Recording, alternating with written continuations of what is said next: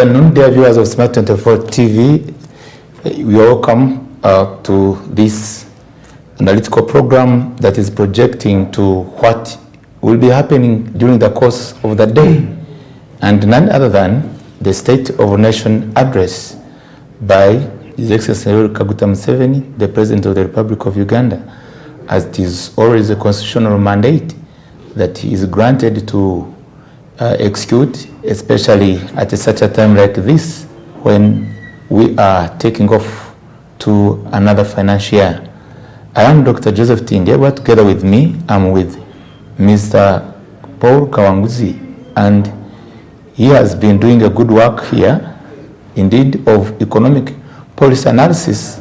And at such time like this, we are again blessed to have you.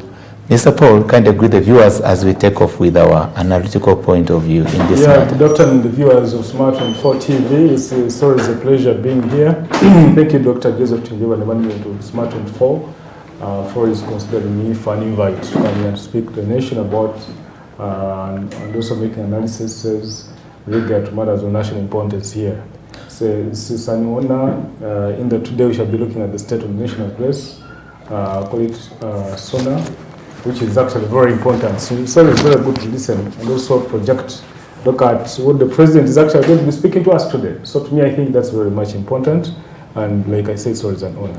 It's a privilege to be with you and with your experience and, previously where you were very much, relevant and doing a good work under the Office of the Leader of Opposition as a former principal policy analyst. We always were keen to such kind of analysis in the work we're doing together. And we realize that every year, indeed, as it is a constitutional mandate of the President comes up to give a State of the Nation address. And we're counting some few minutes before the day breaks, we'll be having a full State of the Nation address, of which many Ugandans are expecting to hear, possibly from the President of the country, in a way that may bridge gaps or update to the state of where the nation is. Previously, during the 2021 State of the Nation address, there were some key factors or sectors and areas of concern that the President was very much more interested in. And I will not go to the repeat of what exactly transpired, but I was perusing through to do a revision, a brief of it. I realized that he was concerned about the economy. He was concerned about the of the same time when we were, fighting so much, all of us. It was combined the effort to fight against COVID and COVID-19, which was, very rampant. And also, he referred to the state of economic progress in terms of the industrialization progress, and he referred to the Industrial Revolution, and by categorizing it to have gone through the first, the second, and the fourth, they needed to go to the fourth and Industrial Revolution, where there was much more expectation to go into education about the money economy. He emphasized on that so much. While I'm giving just a brief background, we again continue to look at the focus of the nation, especially as per the Vision 2040 that continue to focus on the middle income status of this country, Uganda. In one of his statements, he referred last year that Uganda, by applauding either his term of office in leadership, with the terms of office is not one, that Uganda during 1971 and 1970, there is a quite achievement made, where he referred our GDP to by the then time 1971-1970 was at United States of America, USA dollars, right? 1.3 billion. That was by 1986. But of now, it is believed that is 40 billion USA dollars, the GDP of our economy. But as we refer to other countries, as we make our analysis, we find much as maybe either at 40 billion, but compared to some countries either which have gone ahead of us in terms of the GDP, you refer to Kenya, which is over 124 USA dollars as per their GDP, and some other countries, especially I desire to compare within the African context. You look at Nigeria, which is in over 400 USA dollar billion as their GDP. But our agitation remains, according to what we project, that we want to be a middle income earning country, the middle income earning country. And without taking much more of the time, I'd like to invite you, Mr. Paul, in your projection of where we were by the time of this statement, at the State of the Nation address, and possibly where we are, what Uganda deserves to be registered as another State of the Nation address, not a ceremonial statement, as per our full understanding, of which we are expecting indeed shouldn't be a ceremonial statement, but to refer exactly from where we have come from and where we are and what we're expecting to be coming from the, what we could call the big mouth of the big man. Joseph, thank you so much, and fine, you've given a review of the most recent State of the Nation address, called it SONA. That is the previous one of 2022, right?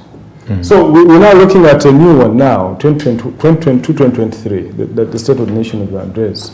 Now, first of all, we need to remind the public that this is a constitutional requirement. For the president to speak to his people is a constitutional requirement under Article 101 of the Constitutional Republic of Uganda. The president is under obligation after every end of year. Recently we've been hearing, at least we've heard from Parliament, the Speaker of Parliament, for example, congratulating the members of Parliament and congratulating Parliament for having gone a full year as members of Parliament, for having spent a full year in Parliament, that they are now old by 1 year. So every after 1 year, from the time when the president was sworn in, today it is exactly 1 year. So the Constitution says every after a year, you're supposed to come and give a state, you're supposed to come and speak to us about matters that are the critical issues in the country, in the nation. And you know, like you were saying, it should not be a ritual. Usually people want to listen to issues that are going to impact their lives. The State of the Nation address must be an address that is actually going to impact on people's lives. You know, that's why people keep glued. Maybe people want to hear things that actually impact their lives positively. So I think the president must have done a survey and looked at the key critical issues now in the country. But for me personally, I would expect to hear the following. One of the key issues he actually even promised to talk about during the State of the Nation address is actually the issue of the coffee agreement that had just been signed of recent. You know, this is something that was touching the core of the people's earnings in Uganda, people who are coffee growers. So we need to understand what actually went bad, who lied to him, because of course he will tell you who lied to him, he will tell you which department is not functioning well, because we need to know who now shares the blame. Was he misinformed? Did he read it through? Did he understand the deal? It is very important because, you know, coffee touches the very core of the earnings of the people. That is the point number one. Number two, I expect the president today talk about the increase, the levels of inflation in the country. Because the inflation pressure is quite higher. If you look at even the consumer, especially the consumer goods, most of the consumer goods are high. Look at soap, look at food, look at cooking oil, things that the local people use. Sugar. So he needs to deal with that and explain to the people why the prices of such goods has actually gone high. You know, we are talking about the issue of Ukraine and Russia is not enough. We need to hear something more about it, in my opinion. And if really there is actually a solution, because as a state, as a country, a country, the executive should be giving solutions to many of these problems, whether the problems are external or internal. We should not just say that now this is a matter between Ukraine and Russia. You know, Ukraine and Russia are different countries. As a country, we must be having a solution to some of our internal problems. Because whether they have been caused by that, can't we have the solution as a country? Because you've had certain countries have actually come up to see that they mitigate some of these challenges, especially the increase in prices in many of these consumer goods. You would see now the fuel. For example, fuel, you see the increase. And of course, you know, once we have the increase in fuel, the increase in the prices of fuel, almost everything skyrockets. But now we need to hear something about the reserves. You know, I come from Jinja, where you know, the managing director of this station, he knows where those reserves are. We have government reserves there in Jinja. So we're asking ourselves, where can we keep crying almost every now and then? Can we have some reserve of oil, fuel? So that at a time like this, because you keep something for yourself, at a time like this, can we say now, let's go for reserves so that the country is safe? Because we should stop just talking about this, but this is something we've talked about for a long period of time. Then also I expect that the president should also address the issue of food security. We need to hear something about food security. It's very much important. Because at a time when we are having an increase, for example, today a kilogram of posho is 2,400, a kilogram of posho. We're asking ourselves, can't we really have stores where we reserve some food and we stock some food for as a country? We might. Okay. Yes, so we will be continuing with the talk. Please, there's nothing I'm doing to interrupt you, but for purpose of connecting our dear viewers or in this program, we'll be as well connecting to Kololo grounds in some few minutes to come, so that we be practical to the event which will be happening, as well as here to the viewers outside there, to know exactly what are we expecting in all this event. And thereafter we'll also connect with the one for the Uganda version, Mr. Makuya Fred. He will also come in, and as we'll be winding up in some few minutes later, as we give analysis, it will be just a good talk show indeed of analysis. Kindly, you can continue. Yes. So I would wish to hear, from you as a Ugandan, I just want to hear from the president and we have of other Ugandans. What can we have as a solution to the ever-increasing prices in consumer goods, for example, even the locally grown food? We must address the issue of food insecurity. We are in a situation now where people are poor, but the prices of posho are so high, they can't even buy posho. Actually, even leaders are even constrained, because now they're almost buying posho for people locally. A person will go to a counselor because he slept hungry with the kids, would wish to have food. Can't we really have a permanent solution? Can't we have some reserves of maize? Can the country now buy maize when it's actually in bumper harvest? When it's too much, stock it and then release it during times like this. Food reserves. Can't we do something? So I wish to hear the president about this. Then the other thing that I want to hear of is how the issue of Rwanda and Uganda ended. How did it end? I think ever since this crisis ended, I've not heard the president talk about it. So we would wish to hear whether it is a permanent solution, whether it was temporal, whether we have hope. So foreign relations. Yes, to the neighboring countries. In the neighboring countries, especially around this African community. Okay. Then I would also wish to understand, the president should talk about the issue of DRC. A lot of money is going in DRC. Ugandans need to appreciate, need to understand what are the economic returns. What do we gain from investing in the Congo, in DRC? What are the gains? What should we expect? Should we expect that Uganda is going to benefit from there? How does it now contribute to our GDP? Because now we cannot just continue investing somewhere where we can't actually where we can't harvest. Yes. Where we can't reap. We must be in position to invest somewhere where we are sure that after a period of time we shall get gains.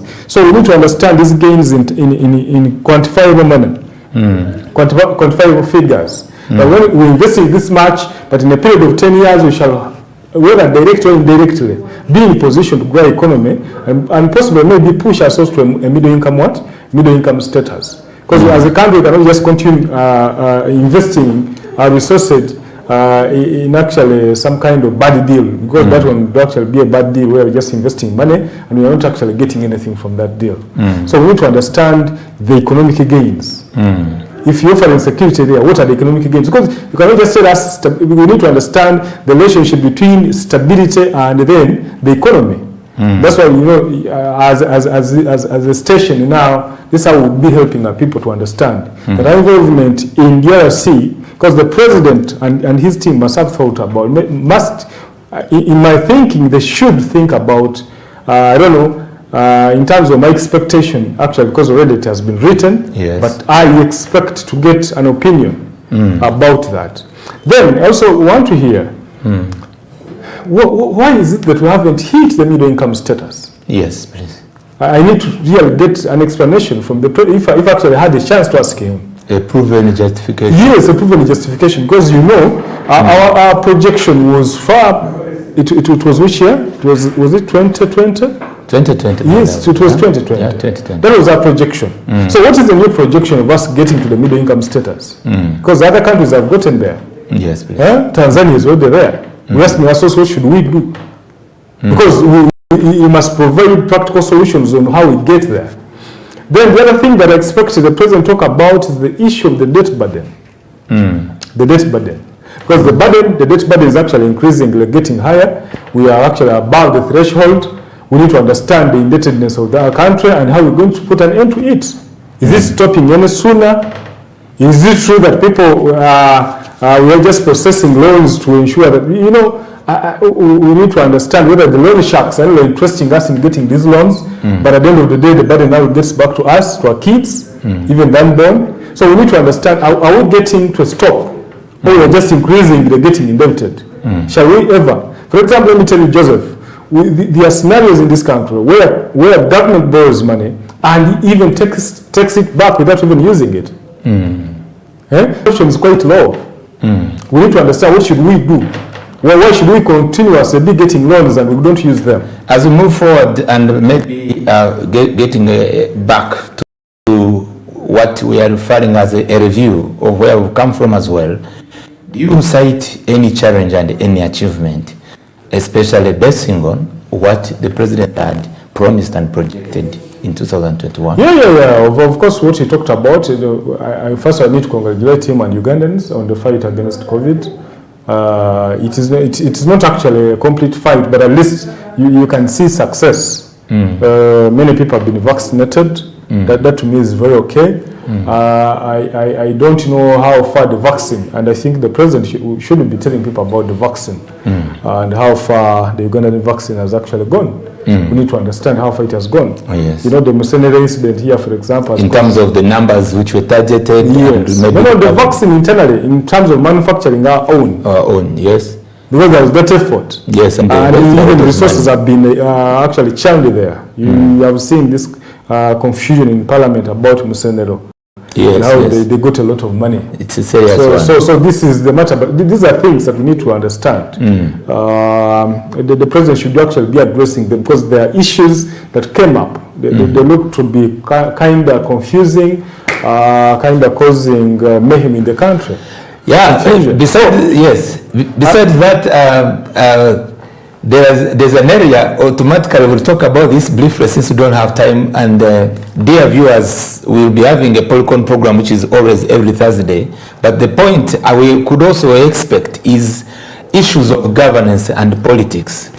And to me, I believe, other than having speculations, we know, yes, political participation is right for every Ugandan, but it's high time also if the president came out and make a clarity on what is speculating among the public domain concerning succession and so forth, and also the expected political reforms which also maybe different key players continue to demand. I think that's another area of governance that is important. Exactly, it is important, but you know, like I've always known the culture of Uganda and how they handle issues, especially about reforms. They will tell you it's not time for politicking.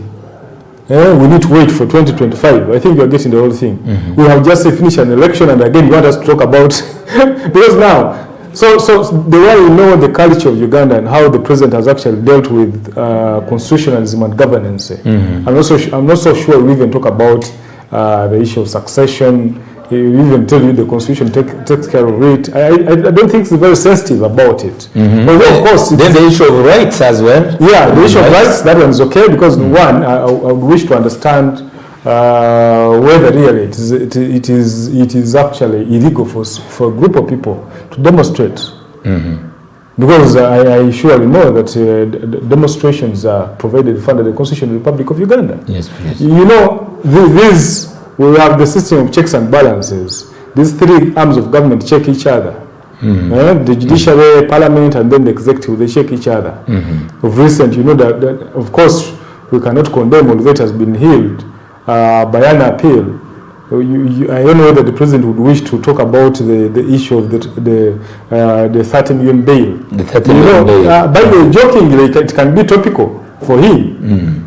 He may even tell you these people who are disturbing peace in the country. At first, I'd recommended that they should deny bail to. Exactly. So I would want to hear him categorically about this. What is his opinion about the 30 million bail given to Dr. Kizza Besigye?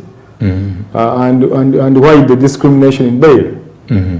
From me, I want to just hear from him as the head of state. Yes. What is his opinion? What is his opinion about bail? So of course, although he gave us a hint on how some people should be denied bail, I would also wish to hear about this. Then lastly, I want to hear from the president today regard to the two MPs that have been arrested for, is it now a full year? It's a full year. Yeah, they have been in prison on remand. We would wish to hear, you know, being a member of parliament, you're not just an ordinary Ugandan. We wish to hear what is actually, of course, they'll tell us the way it's taking its course, but from a presidential kind of perspective, what is it? What is the matter about? Can we understand? Because there is a saying that justice delayed is justice denied. So we would wish to understand what it is exactly. And the people, you know, these are people that are representing people in Kampala. One is in Makindye West, the other is actually in Kawempe. People need to understand what actually is, what is the matter about.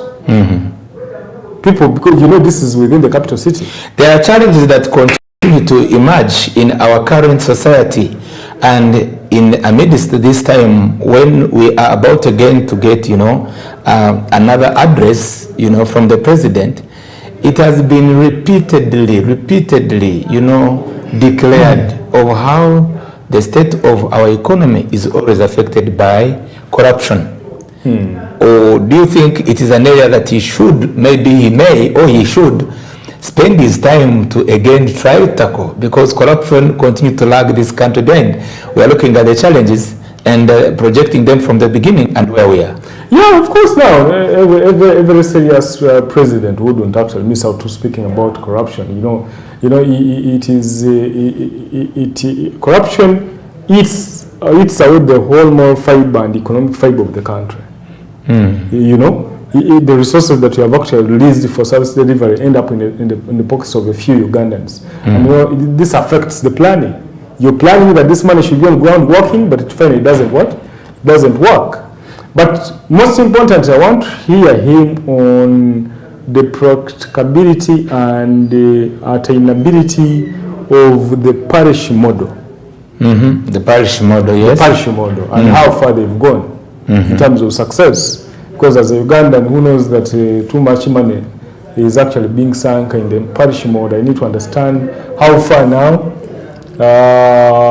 Is it a year since it was launched? Yes, it's not a year, but at least I know it is because the day we had the first polygon, Yes. In that week is when they actually launched the parish model. Almost like 4 months ago. Udaka? Was it in Paris? Yeah, something 4 like months ago. that. So I would wish to hear from the president his take on the parish model, how far, whether the model is likely to achieve its aims and what? Its aims and objectives, or to just retain it will just retain a good name of parish model. Now, like I told you, people are good at modeling, baptizing names, call it parish model, sub-county model, village model, because you'll see next time we'll be launching the village model. Yes. So now the question is, me as Uganda, I just want to hear from the president today, how far he has gone with the parish model, whether the parish model is likely to achieve its aims and objectives, or we need to change the model, to change the options, in my opinion. So that is something we have to do, in my opinion. So I want to hear from the president on those issues. Thank you. But lastly, I want to hear from him as a person from Budondo, from Jinja, about infrastructure development, especially within many of these areas that are looked at as impoverished areas. More other areas will be dealt with, unemployment and also the export trade, which is still minimal at a limited level. But as we continue the discussion, our expectations, dear ladies and gentlemen, countrymen and countrywomen, we are expecting for something better and solve problems and not create maybe more problems. And from the president, we do hope that as he is mandated indeed to walk the talk, that something better is expected to come out from the president. But right now, we are about to connect with Kololo to look at also practically what Kololo has for us. And these are the Kololo grounds where the president will be delivering his State of the Nation address. And I hope we will be able to have a systematic follow-up of whether we are making a progress, economic and social progress, and whether Uganda is ready. Thank you.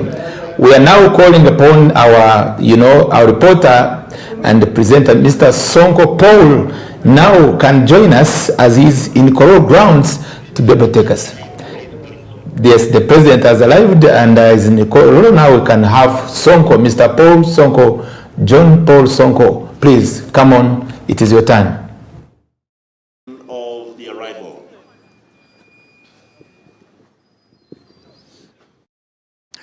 All right, now, as you can see the details as they're actually happening in here right now, I'm coming to you live from Kololo ceremonial grounds. Now, currently, the President of the Republic of Uganda, His Excellency Yoweri Kaguta Museveni, has just set foot at the Kololo airstrip in accompaniment with the First Lady, that is Honorable Janet Kataha Museveni, who is also part of this particular one. Now, the President is definitely going to be addressing the country on the state of the nation, and then also giving us a feel of expectancy, high things that we do expect as we await for the national budget presentation next week. And as the national budget presentation will be next week on the 14th of June, and a number of things are going to be highlighted here. The President is also expected to mention something about the security of the country, the health, as COVID-19, and as well as the economic crisis that we're actually facing in Uganda. So we expect a lot of answers and a lot of things that are definitely going to be digested in here among the key things that the president is going to note about. And for all of you that are just coming and joining in at Smart 24 TV, we're coming to you live from Kololo airstrip, that is the Kololo ceremonial ground. Most probably of what is actually happening here on ground. And as you can see, the images and that you're actually seeing is that the president, who is actually got into his tent with the First Lady, and he's also going to be he will definitely give us a feel, and he will be definitely delivering a speech on the State of the Nation address in Uganda. And then quite a number of things are going to be here. As you can see now, the tent that is actually right in front of me is one with the judiciary and the Chief Justice over there as well. Now, in the other side, the President is in accompaniment with the Speaker to Parliament, that is Right Honourable Anita Among, and also the Deputy Speaker to Parliament, that is Right Honourable Thomas Tayebwa, who is also part of the people as the President is actually being received and in accompaniment with the First Lady. Those are some of the images and what you're actually seeing on your TV currently, as we are now heading into the national anthems, as we definitely are waiting for what the President has to say. Meanwhile, we are still here on the matters. A lot of things are going to be discussed here, or a lot of things that the president has to definitely identify. The tent on my right has got a lot of dignitaries, having ministers. I'm saying Right Honorable Robin Anabanji seated next to the Vice President, that is Her Excellency Jessica Alupo. Now you can definitely see here, we are now seeing the Speaker to Parliament and the Deputy Speaker to Parliament, who is definitely being walked back to their tent as we await for what the President has to say in regards to the State of the Nation address today. Now, of course, as these images that you're seeing are coming to you live from Kololo airstrip, that is the Kololo ceremonial ground, as we await for the State of the Nation address. And you can definitely catch up all of the action and everything as it's actually transpiring here of Kololo on Smart 24 TV as we continue to drive business. A lot of things are going to be highlighted here in regards to business and the economy. Now, let's have the anthems.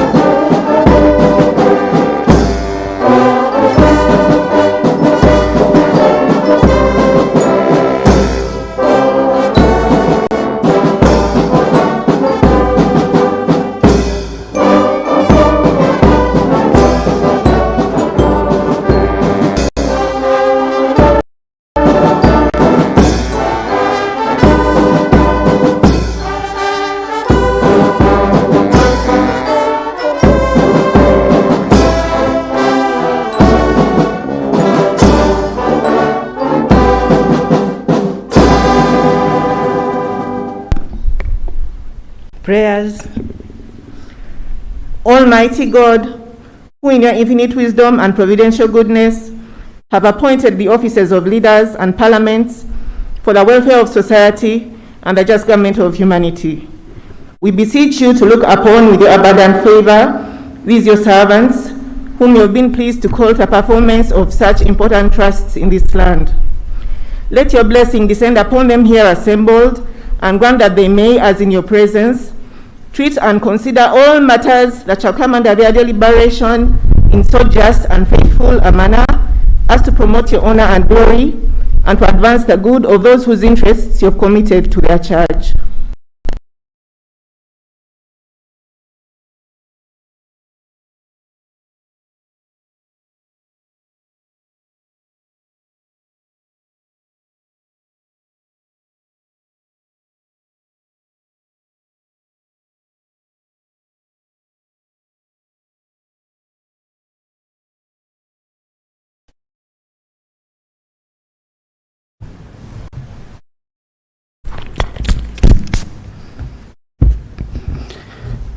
Whereas Article 101, Clause Sub-Rule 1 of the Constitution mandates His Excellency the President at the beginning of each session of Parliament to deliver to Parliament an address on the state of nation. Aware that the first session of the 11th Parliament commenced on 24th day, May 2021. Noting that it is expedient that Parliament of Uganda receives the address of the President of the State of the Nation. Now, therefore, in exercise of powers conferred upon the Speaker by the Constitution under Article 95(2), Rule 17, Sub-Rule 1 of Parliamentary Rules of Procedure, I hereby proclaim that the Parliament shall sit at Kololo Independence Ground today, Tuesday, 7th day of June 2022, at 14 hours, to receive the address of His Excellency the President of the State of the Nation, and further, in exercise of powers conferred upon the Speaker by the Constitution, the Parliament Powers and Privileges Act, Cap 258, and the Rules of Procedure of Parliament of Uganda, it's hereby proclaimed and declared that the said Kololo Independence Ground are to be the precincts of Parliament of Uganda for their first said purpose, given under my hand at Parliament House, Kampala, this 7th day of June 2022, Anita Annette Among, Speaker of Parliament.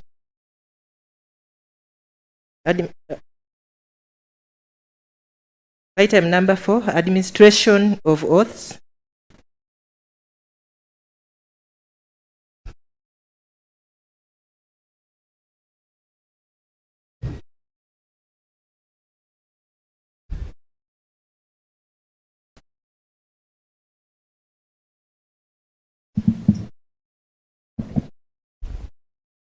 Excellency the President, Madam Speaker, and honorable members, on the 28th of March 2022, His Excellency the President of the Republic of Uganda, Yoweri Kaguta Museveni, announced to the country the death of the Right Honorable Dr. Jacob Lokori Olanya, the former Speaker of Parliament and member of the 11th Parliament.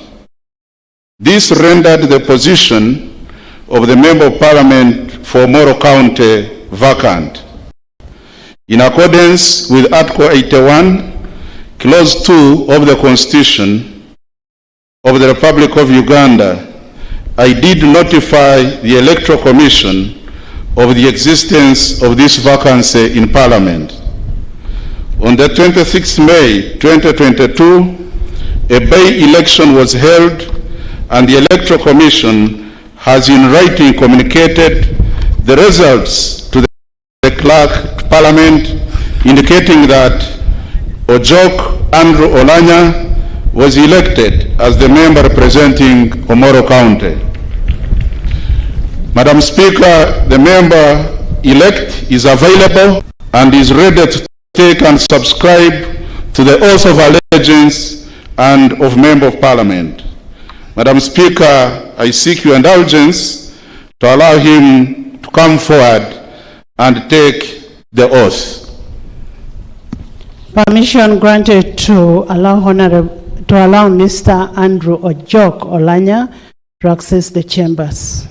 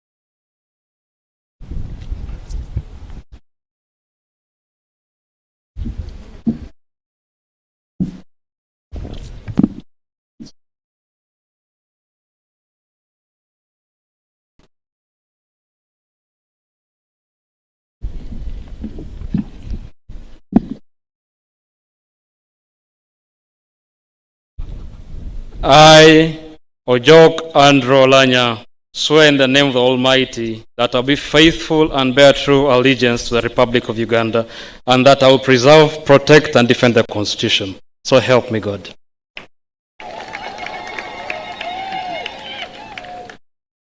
I, Ojok Andrew Olanya, swear in the name of the Almighty God that I will give faithful service to this Parliament and support and uphold the Constitution of the Republic of Uganda as by law established. So help me God.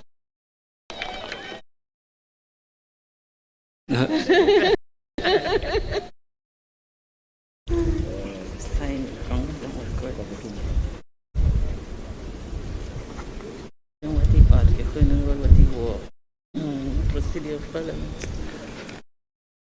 We can now go. Our hands.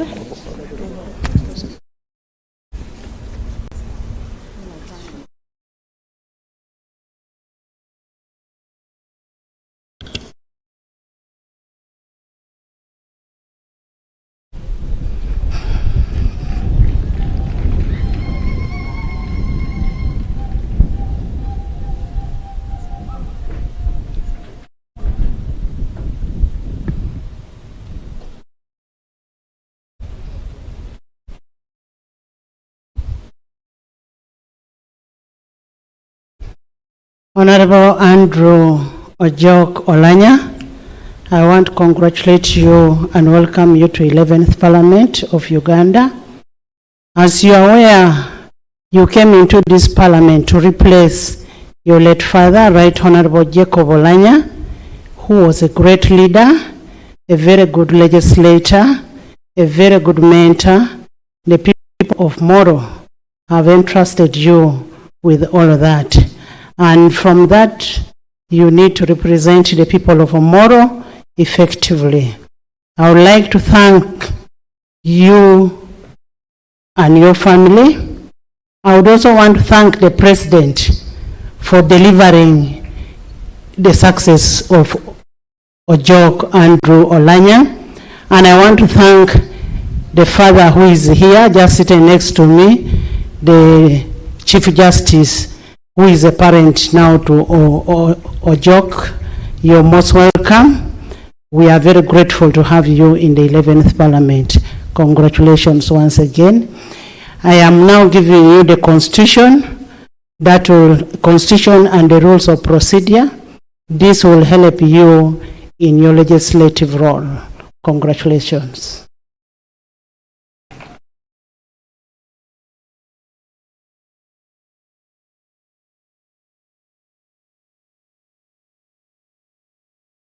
There.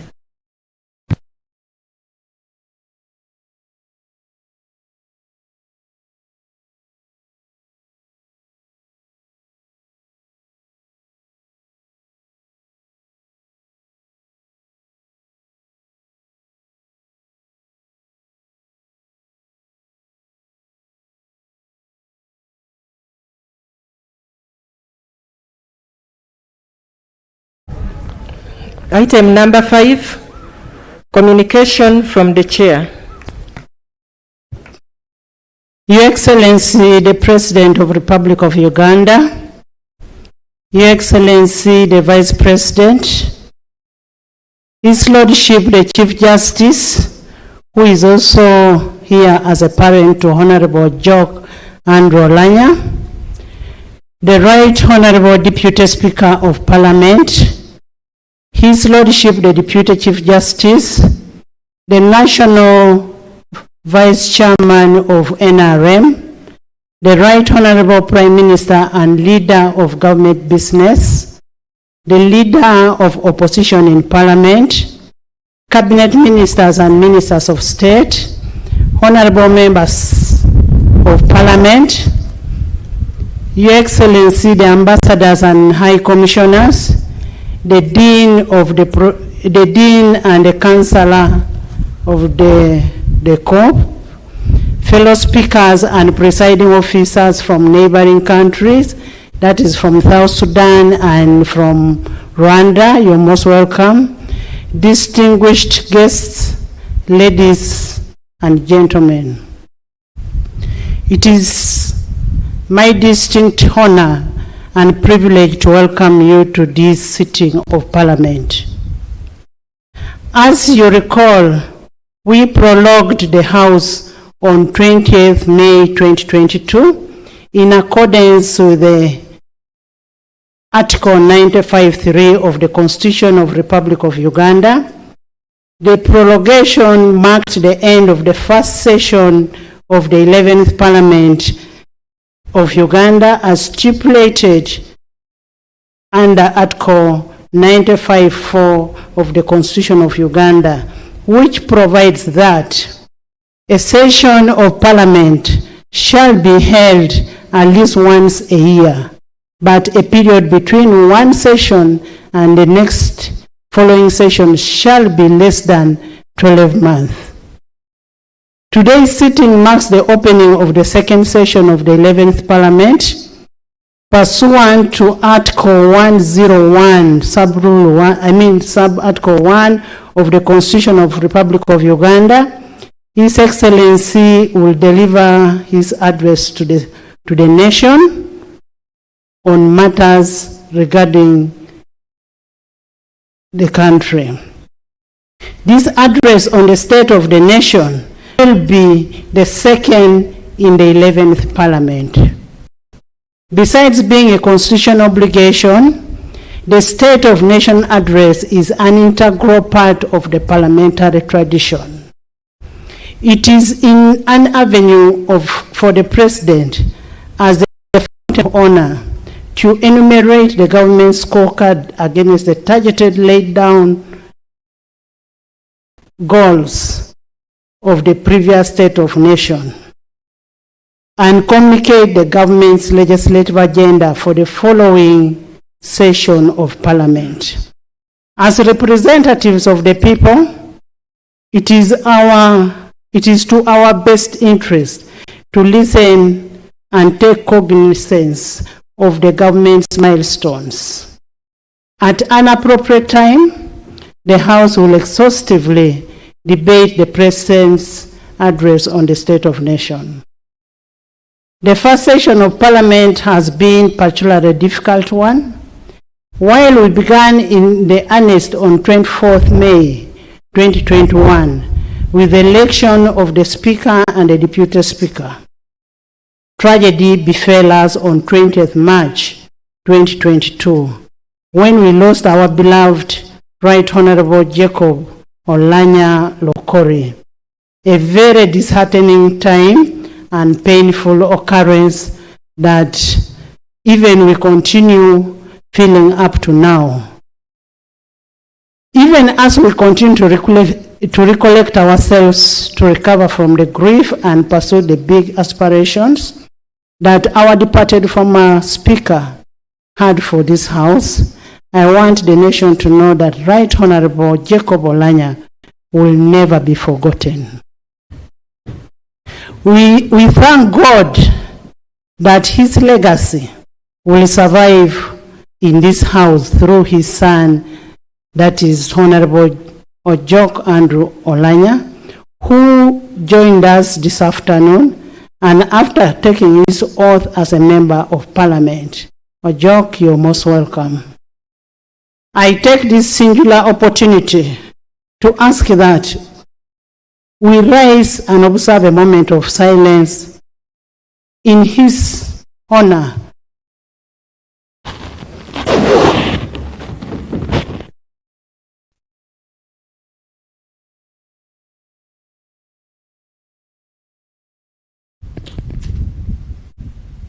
May his soul rest in eternal peace.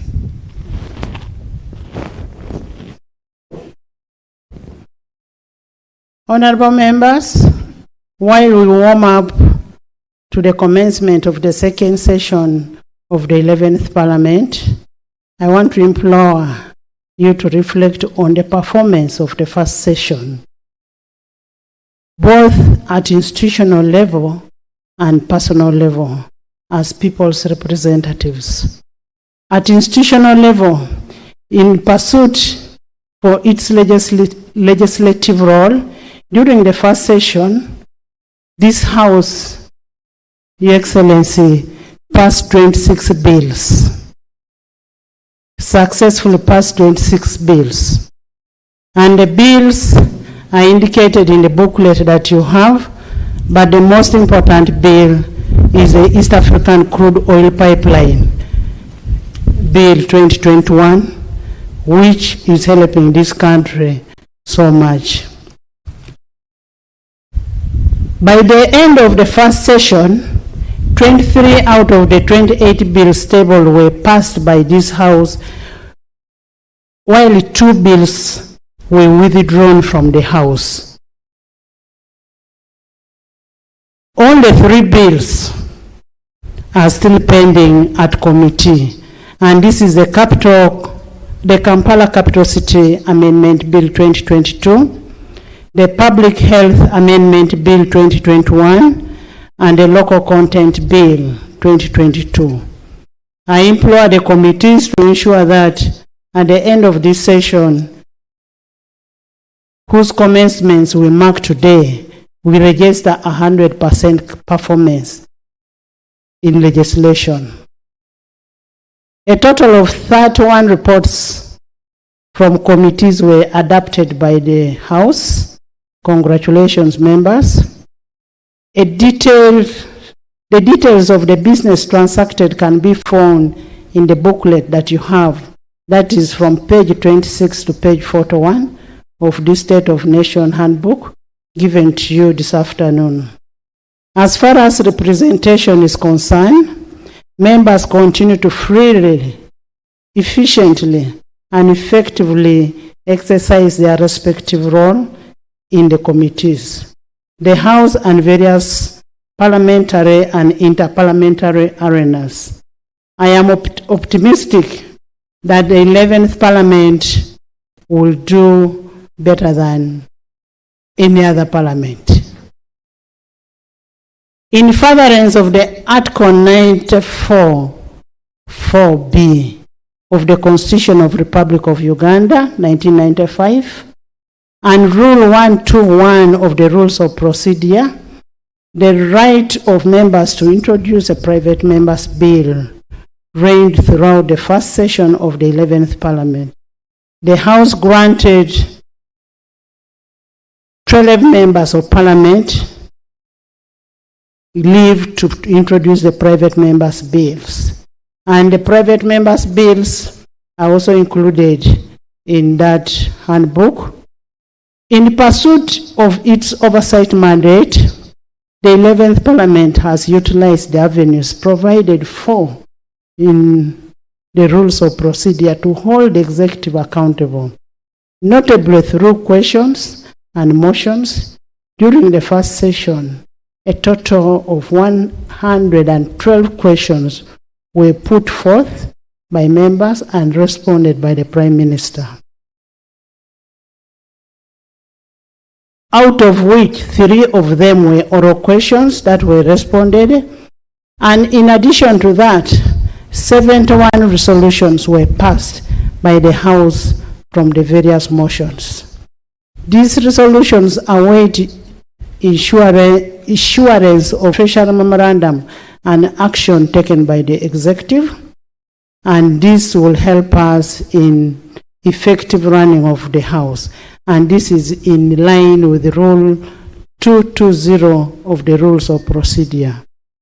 I would like to commend the members of Parliament and the staff of Parliament for their dedication to service, and I pledge on behalf of the Parliamentary Commission to offer you all the support that you will need in this session that we are going to.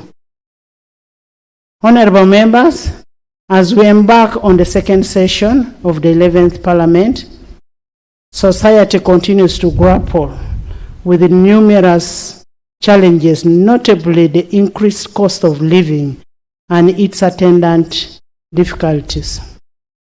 I challenge all of us to work together and overcome these challenges as to improve the lives of our people. Let us rise above lamentations and tirelessly work towards diminishing and supporting the programmatic solutions. Leadership should be tailored towards solutions and not mere rhetoric lamentations. Honorable members, pursuant to Rule 187.1 of the Rules of Procedure that requires the designation of members of sectoral committees at the beginning of every session, I urge the whips to expedite the designation of members in various committees so that we can kickstart the session as soon as possible. As presiding officers, we expect much better performance of the House and its committees during this session. This will require dedication of both members and staff. I expect, and we expect, more public consultation by committees in the execution of their business. 2, evaluation of evidence in both committee and the House. That is evidence-based legislation. 3, regular reporting by committees on their undertakings. 4, regular attendance and participation of members in committees and the House.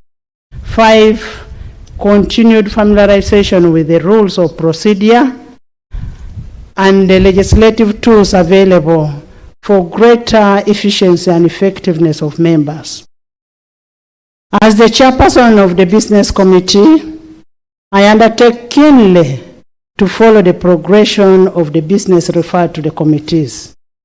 Our collective success will depend on our individual commitments, determination, and consistency in executing our mandate. Honorable members, in furtherance of Rule 10 of Rules of Procedure of Parliament of Uganda, and specifically Rule 4A, which stipulates that while making a statement in this House, the President shall be heard in silence, and his address shall not be followed by any comment or question. I will allow adequate time in the future for us to exhaustively debate on the President's address on the state of nation, including a right of reply for the leader of opposition in the House as per Rule 53.1 of the Rules of Procedure. I therefore urge you to listen to the President in silence as we internalize his exposition on the state of nation, and at an appropriate time, the detailed text of the President's address will be available to all members through the designated channels. I thank you all your kind attention, and may God bless you. May God bless you, and may God also bless our country, Uganda, and preserve and protect. I would like to most sincerely thank our friends, the Speaker of Parliament of South Sudan, Right Honorable. You're most welcome. And then the Deputy Speaker of the Republic of Rwanda, you're most welcome. Thank you for coming, and thank you for honoring our invitation and gracing this occasion. With these few words, I want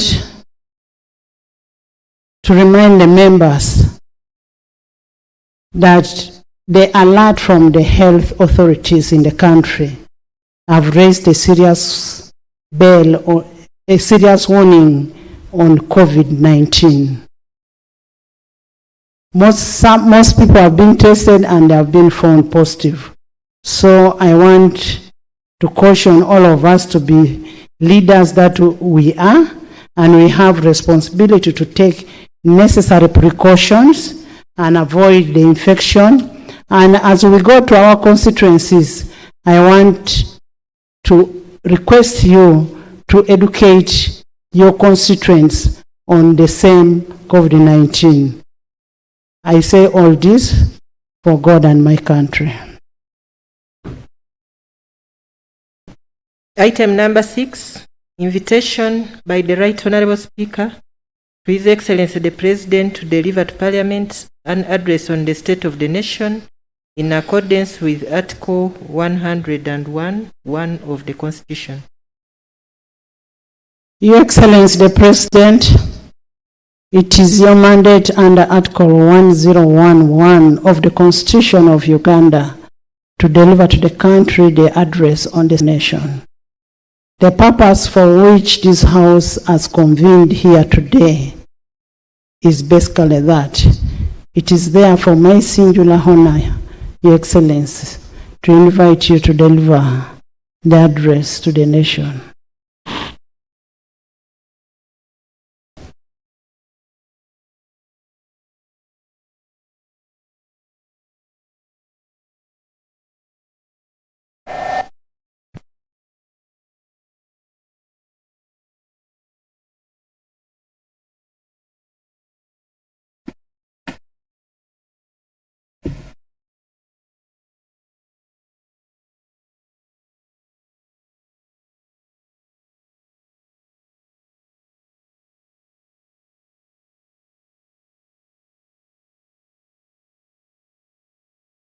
Her Excellency the Vice President of Uganda, the Right Honourable Speaker of Parliament,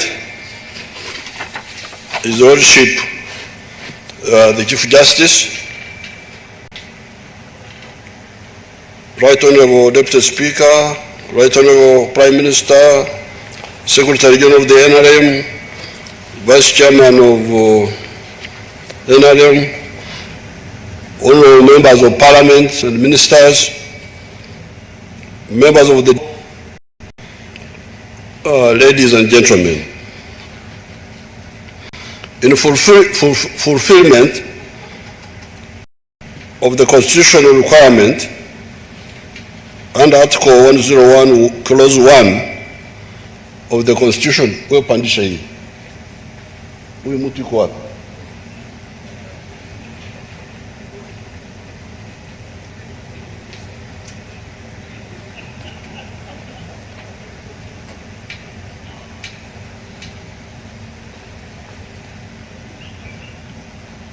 Condition.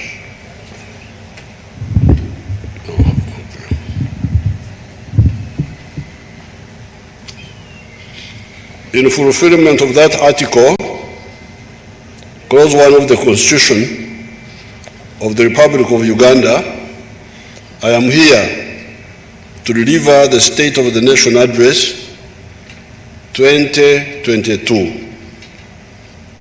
Greetings to all Ugandans and to the honorable members. Na wasalimia wote, nyinyi wote. On an occasion like this one, I'm reminded of the parable in the book of Matthew, chapter 7, verses 24 to 27.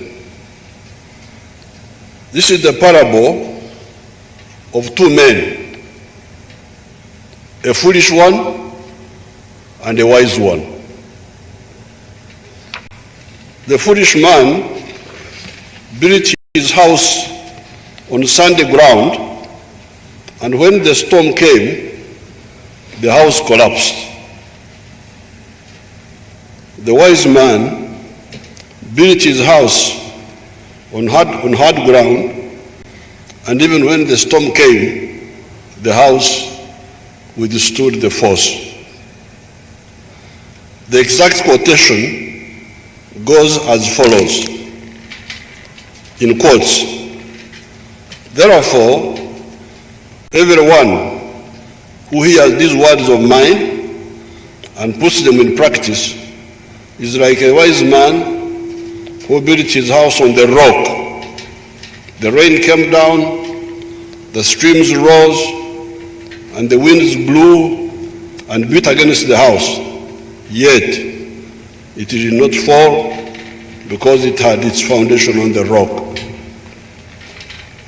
But everyone who hears these words of mine and does not put them into practice is like a foolish man who built his house on sand. The rain came down, the streams rose, and the winds blew and beat against that house, and it fell with a great crash. End of quote. Similarly, when the national resistance movement was fighting, and when we took power in 1986, we put out the 10 points program that was later summarized into the 4 principles of the NRM.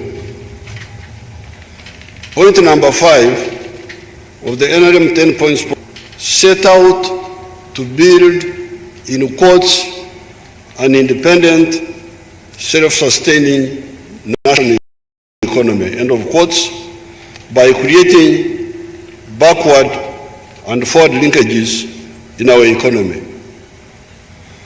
Later, we summarized the 10 points into the 4 NRM principles of patriotism, Pan-Africanism, socio-economic transformation, and democracy. Some myopic people thought that this was sandy ground where the NRM had constructed the House of Uganda. However, the onslaughts to which Uganda has been subjected in the last 2 or 3 years have proven that the Uganda House the NRM has constructed in the last 60 years, including the preparatory years before 1986, has been built on hard ground indeed. Remember the locusts, the rising waters of the lakes, the floating islands, the landslides, the terrorist bombs, the COVID-19, and now the rising commodity prices artificially caused by the Ukrainian war. In spite of all these, the Ugandan economy, by the budget time in the next few days, will be standing at US dollars 45.7 billion by the exchange rate method and at US dollars 131.6 billion by the PPP method. This means that the GDP per capita is now $1,046. You remember the entrance points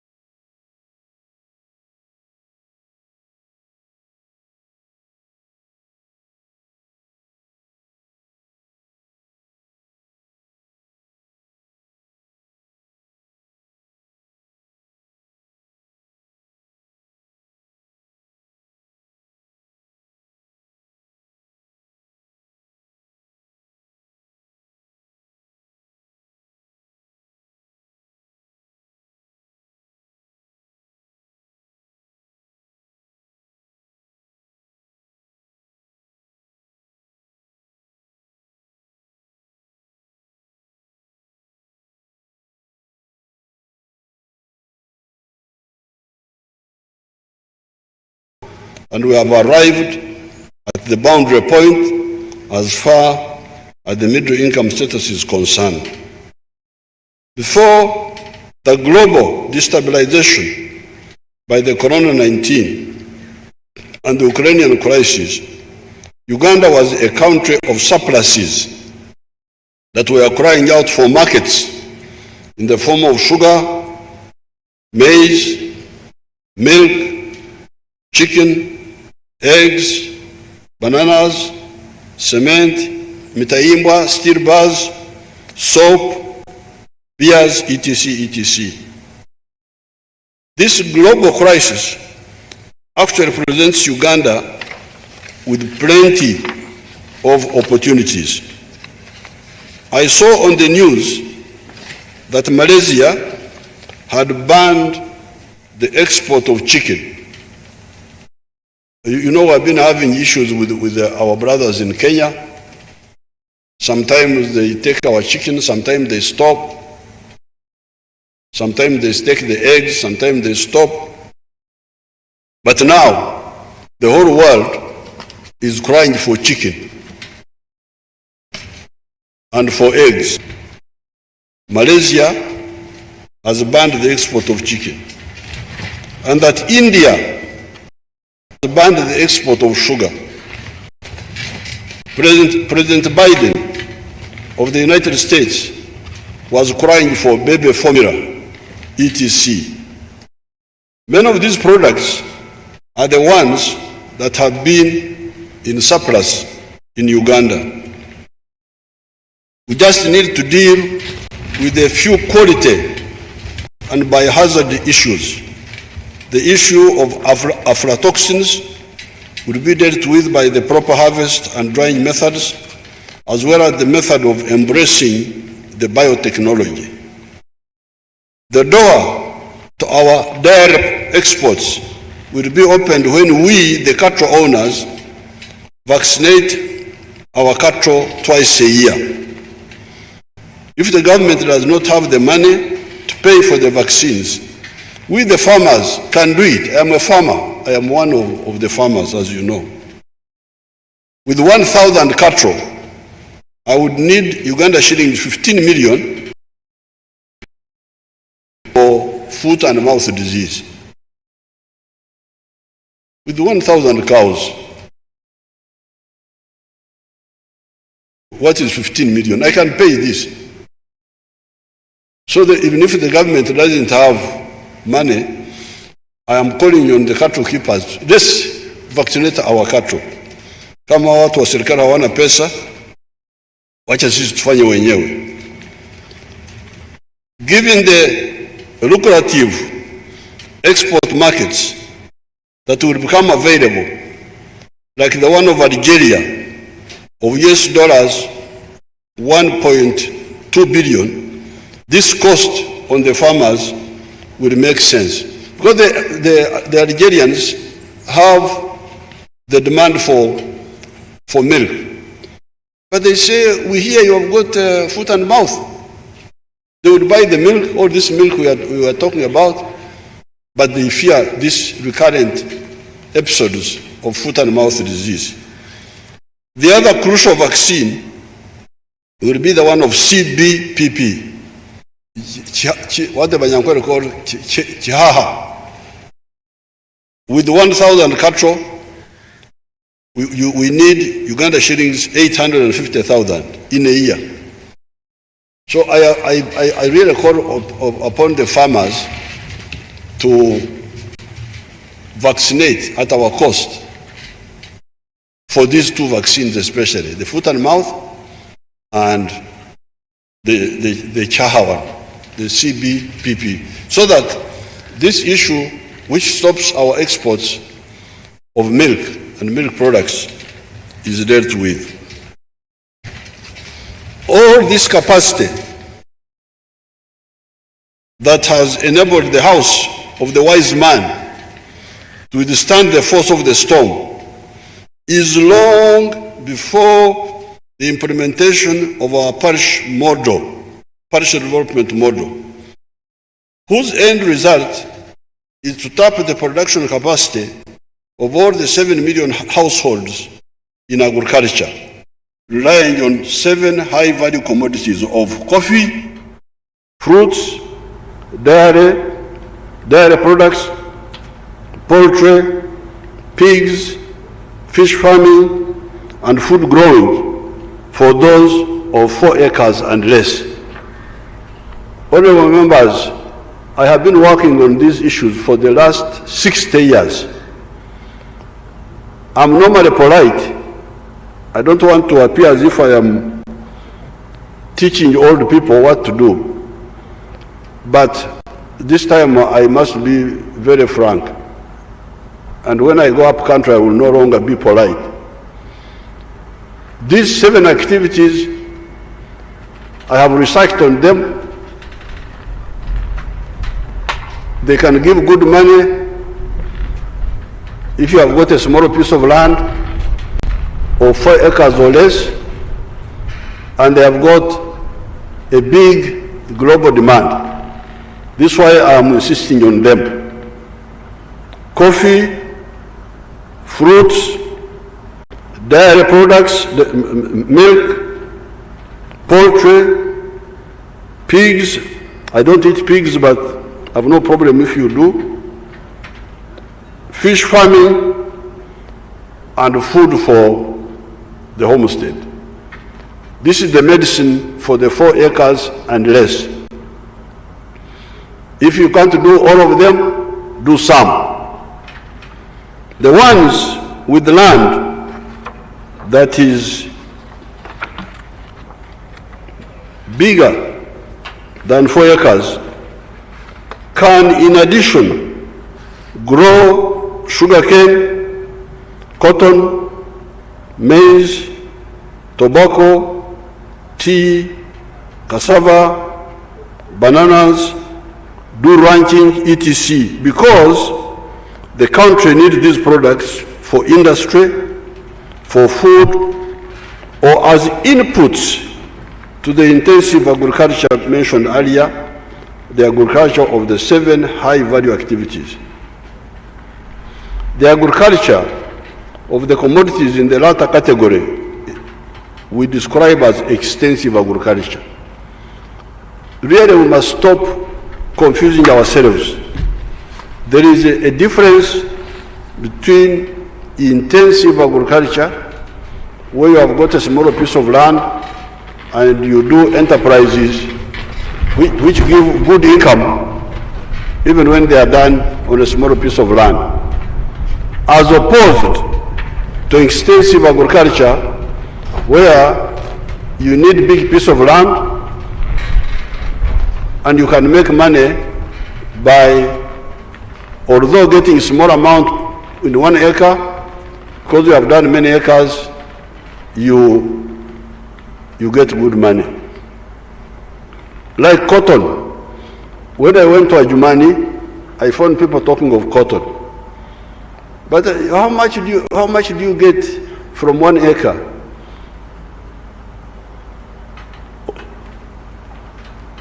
Of cotton in a year? General Moses told me that they were getting 1 million. But if you are a person of 2 acres,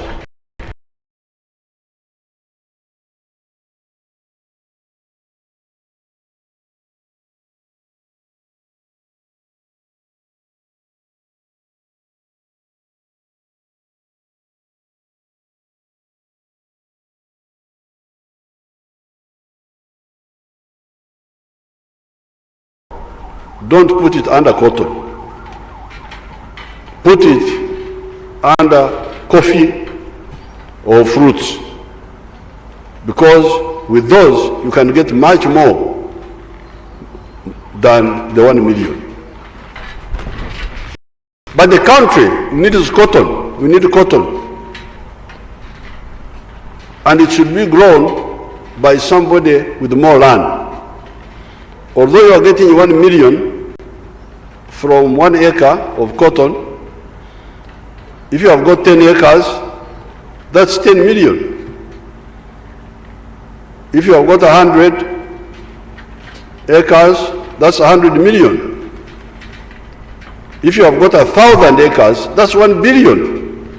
So cotton can make money provided you do it on a big scale. The same with the avocado, sugarcane, like our people in Usoga. The same with Duma, maize, kasori, and other crops, tobacco. You should therefore be clear. Don't confuse our people in the villages anymore. There's a difference between intensive agriculture for small pieces of land and extensive agriculture for big pieces of land.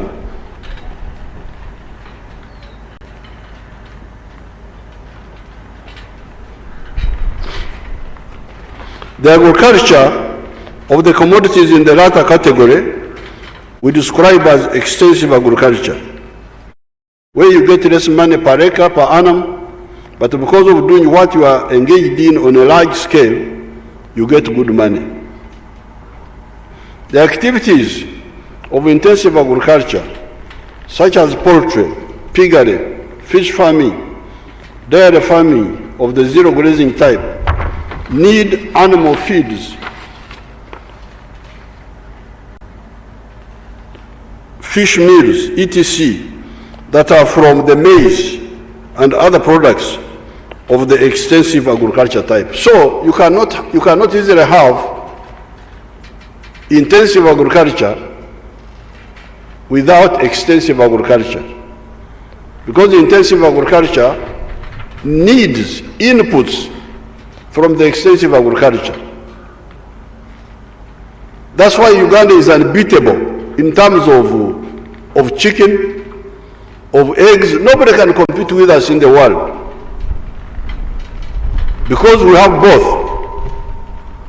We have cheap maize, so we can make cheap animal feed and therefore support chicken and pigs and fish farming. That's why normally our brothers in Kenya get problems, because we are able to give them chicken, very good eggs, very good milk, but at a low cost, because we have got cheaper animal feeds.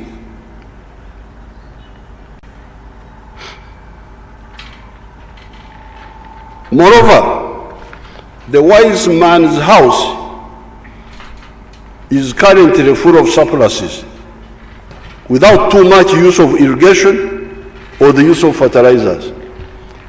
The surpluses we have, 5 million tons of maize,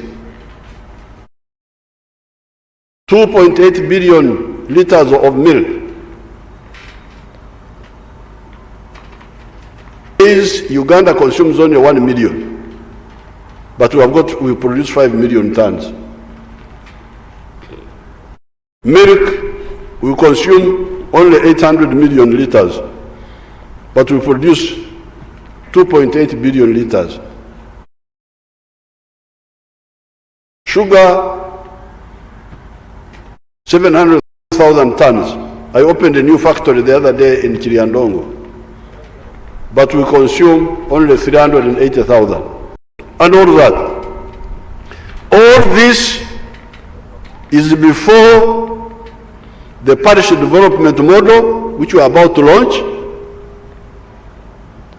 is before the use of fertilizers, because we don't use many fertilizers, is before irrigation. Surpluses, huge surpluses, even before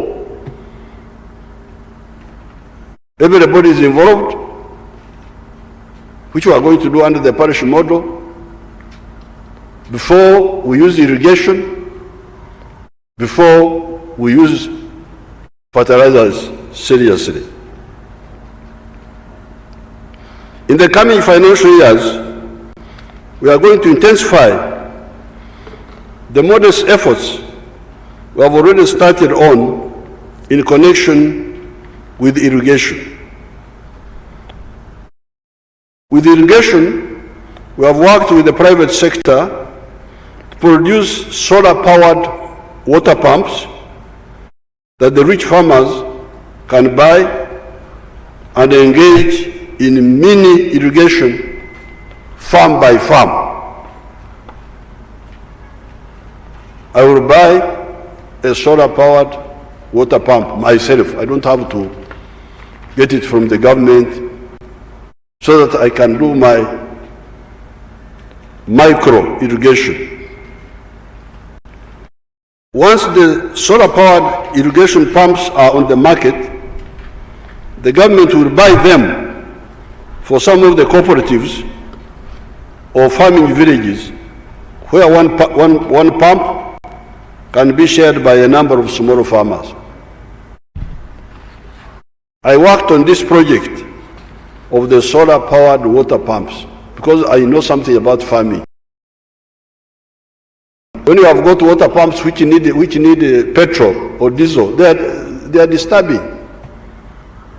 Solar-powered water pumps are better because when there is sun, they pump water to the tank on a raised ground, and that water can go by irrigation, by gravity, and you irrigate. Even when there is no sun in the night, the water is already in the tank.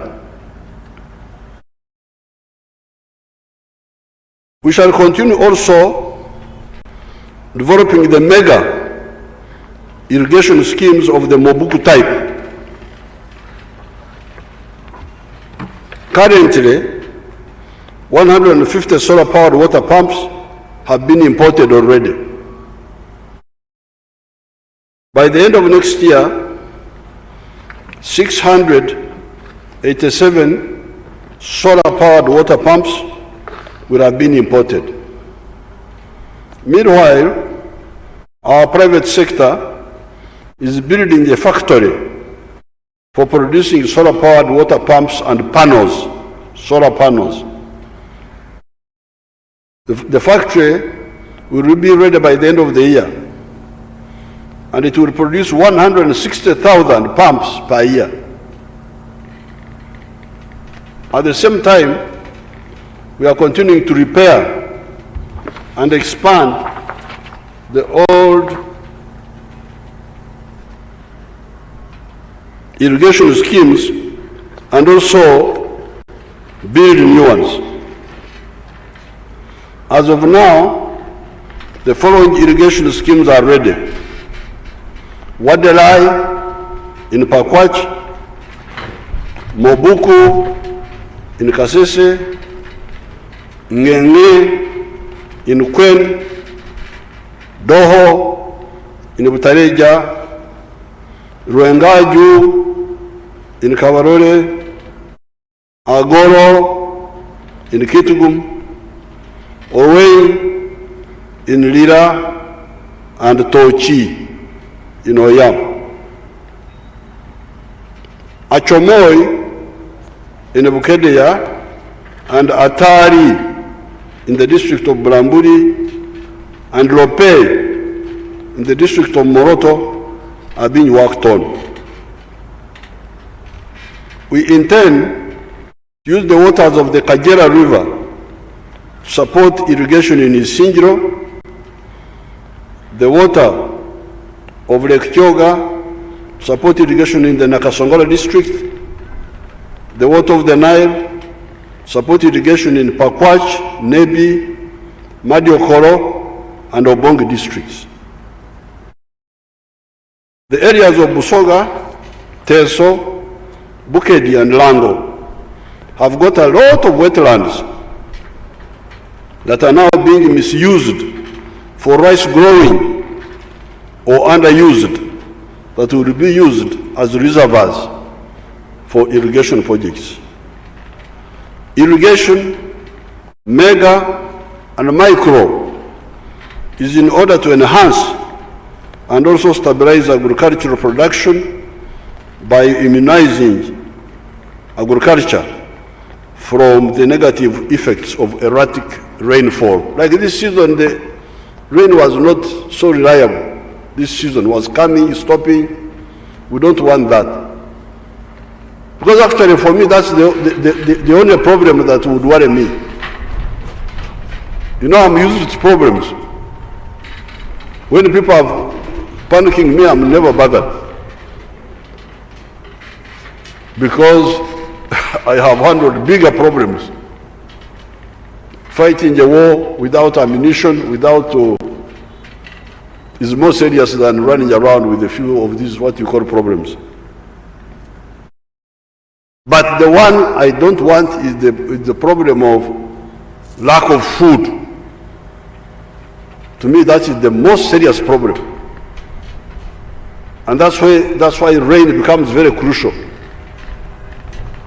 But because the rain sometimes is not reliable, we must stabilize our country with irrigation so that we don't have to go on kubahatisha. Chance, no. On the side of fertilizers, the Usukuru Hills project has stagnated. Our fertilizer factory in Tororo stagnated. Our Chinese friend, so many people took bribes from him, but I couldn't arrest them because I didn't have enough facts. But I know them. I know who took which bribe and how they really messed up that poor man, the Chinese man. Naye Katonda jali.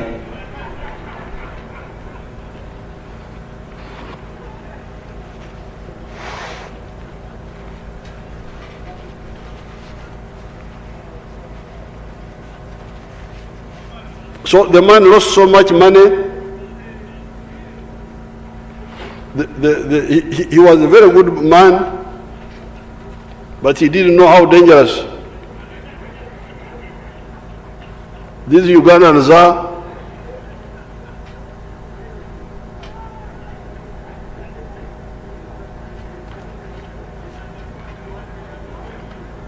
We are, however, looking for a solution to that problem. I have written to the President of China to get me another investor if the other one has problems.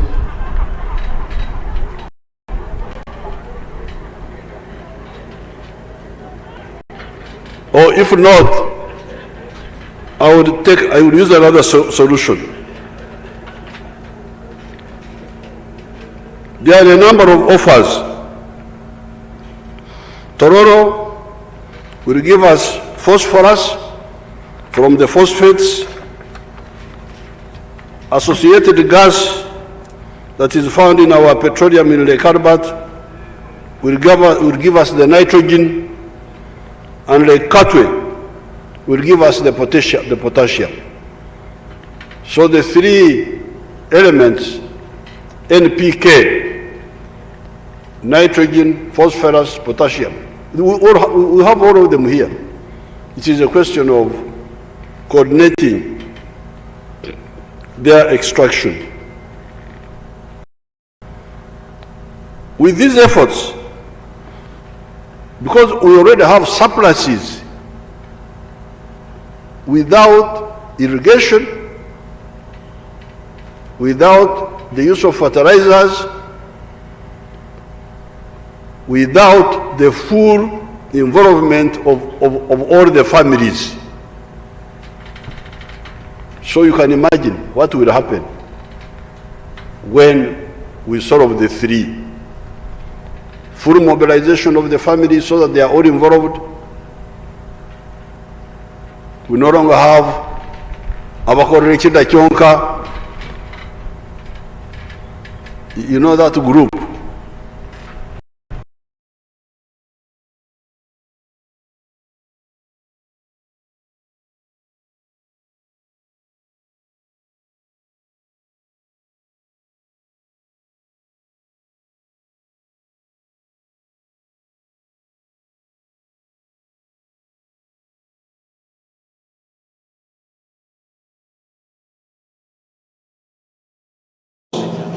you can visualize the magnitude of the agricultural production in Uganda.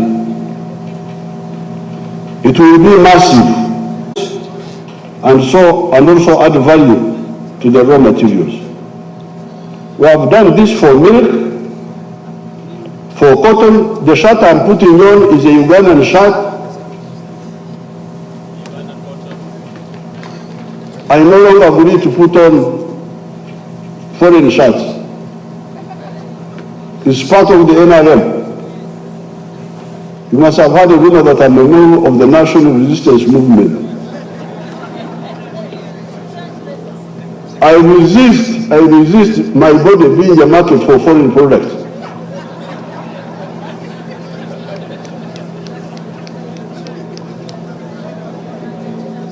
I am one of the original members of the National Resistance Movement. So this shirt I'm putting on is Ugandan shirt, cotton, but they are still importing polyester to mix with the cotton, but with our oil, we can also produce the polyester here. So we have done some work in terms of value addition for the milk. The milk, there was no commercial production of milk here until we insisted, and we see what's happening. We produce all types of milk, the liquid one, the UHT, the ultra heated one, which can last many months, the powdered, the butter, the ghee, and now I see how for His Excellency Biden with his baby formulas. In Liantonde, there is a factory producing what they call casein. Casein is a protein for foods. That is on the side of the milk. For cotton, I'm giving you an example. For some fruits, e.g. soroti, for sugarcane, avocado, sukari, then we have got many factories producing sugar for tea, ethanol. We are now producing industrial sugar. They want to put in the cocoa and the pharmaceuticals. For some plantation products, for some bananas, like the wines, flour, these sanitizers which are fighting corona, they're from bananas. When corona started, people were crying. We are the only ones who had 1 liter factor of sanitizer.